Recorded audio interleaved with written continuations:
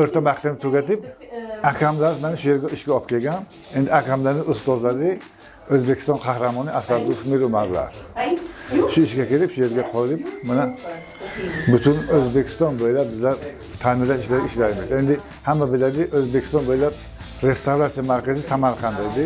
Bizlar Buxoroda ham, Toshkentga ham hamma joyda shu ishlagan, masalan, tumanlarga ishlagan.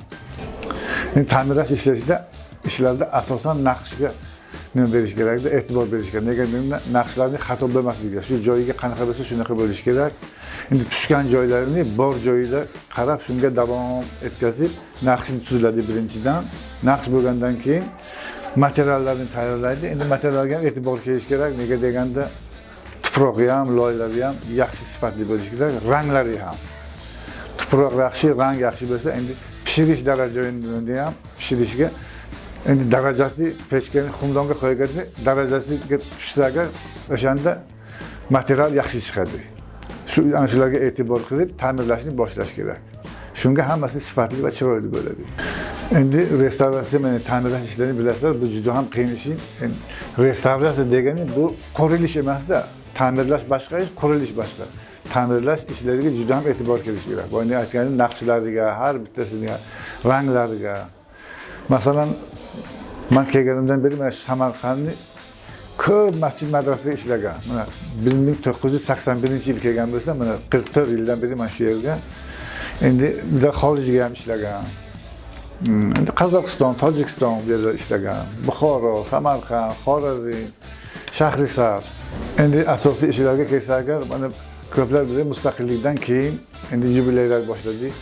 Ulug'bek bobomizning 600 yilligi, Amir Temurning 660 yilliklariga mana 92, 93, 94-yil shu Ulug'bek madrasasi juda ham katta ish bo'ldi. Ikkinchi qavatni qurilib, uni keyin mana yana Abdusofga bezak qilib, to 94-96-yilgacha shu yerga juda ham katta ish bo'ldi. Endi Buxoro yubileyi bo'lganida 1997-yil u yerga juda ham katta ishlar bo'ldi. Masjidi Kalon Damir Arab madrasasida ham, Ko'kaltosh madrasasida ko'p joylarga bizlar ishlagan, ta'mirlash ishlariga ishlagan bizlar. Endi Shahrisabzga ham ishlagan vaqtiga. Biz hozir yangi yo'nalishni o'ylab chiqdik o'zimiz. Endi yangi texnologiya deymiz.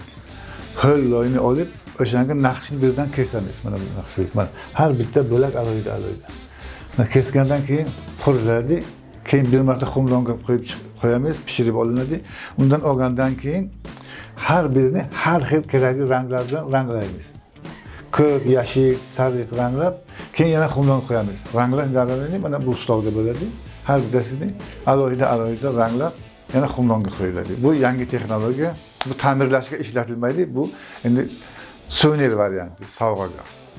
Mana bu yerga hozir endi ranglash, bo'yash jarayoni har xil ranglar ajratib